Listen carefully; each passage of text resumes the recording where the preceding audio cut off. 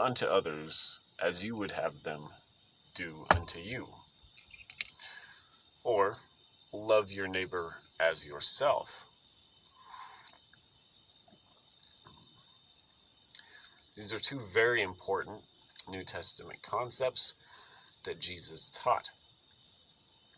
And as well we have in Philippians chapter 2, verse 3, do nothing from selfish ambition or conceit, but in humility count others more significant than yourselves.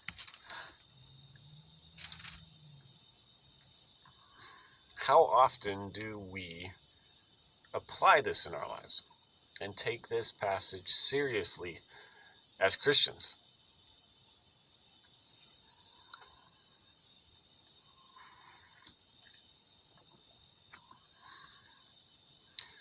To actually consider others more significant and to take the needs of somebody else as more urgent and more necessary than our own, and to push our needs aside for the help of somebody else.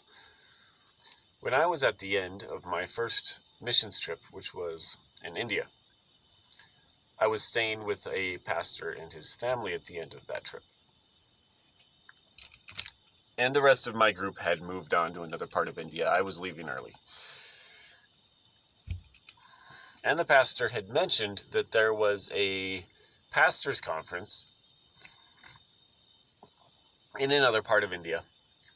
And I asked him why he wasn't going. He said he didn't have the money for it. And that to rent the car and to bring his family and for hotels and everything for a few days, it was just going to be too expensive. And I asked him how much it was, and he said about $300 it would cost. I don't remember the exact price. We'll say about $300. And the Lord convicted me right there because I knew I had more than $300. But I also knew when I got back from this missions trip, in a few days, I would have to pay rent. And if I helped this pastor, I would not be able to afford my rent. I'd only have part of the money for the rent. And I really struggled with it because I really felt the Lord was telling me, give him the money. Then the next day, when the pastor was driving me to the airport, I was feeling very heavy and a bit distraught because I knew the Lord was saying, give him the money. But I fought that in my mind because I thought, what will I do? How will I pay my rent? But I gave in. And I told him, okay, could you stop at an ATM? So he stopped at an ATM. I pulled out the money he needed. I gave it to him and told him, take your family to the pastor's conference. And he was very grateful. And he brought me to the airport. I got on the plane. And I was just thinking, oh no, what have I done? I'm not going to be able to afford my rent. And so I was very worried. So I started plotting and scheming about how I could fix this problem. Maybe there was something I could sell or try to borrow money from a friend. And then when I got back, I went to my workplace, and it turns out there was a check there for the paid sick days that I had never used, and they pay out on those every year, and while I was gone, they paid out on them. And I didn't really think about that money. I didn't realize that was coming. As well, there was a paycheck for about a week's worth of work that I had never gotten before I left.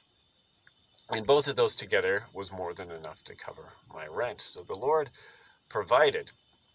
And so one of the things that can allow us to see God's work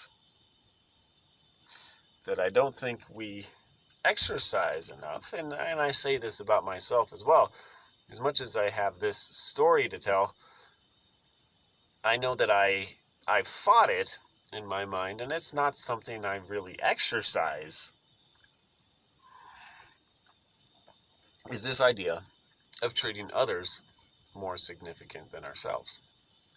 And when we do that, when we put somebody else's needs before ours, it puts us in a position to see God work and to get a testimony of God's mercy and God's grace in our lives, and to see God's hand directly involved in provision or help or encouragement or whatever the situation may be. But to take what Jesus taught, what God teaches, literally, and exercise it and practice it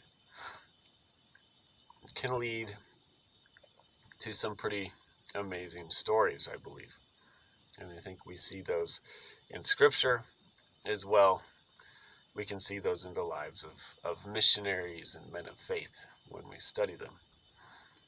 When we sacrifice and give for others, we can see the Lord's hand at work. But it shouldn't surprise us to hear stories like this, because we should know the God that we serve is able. And when we read, "Do unto others as you would have them do unto you," or "Love your neighbor as yourself," or "Count others more significant than yourselves," I mean, what do we think? Do we think that those are just in there as lofty ideas, but we don't actually expect God to back up his word? Or we don't expect that we really have to live up to these things? We should take these things more seriously, but at the same time, it should not be a chore. I mean, this is opportunity to see God work and to see God's hand in a particular situation. These things can lead to some great testimonies of God's work.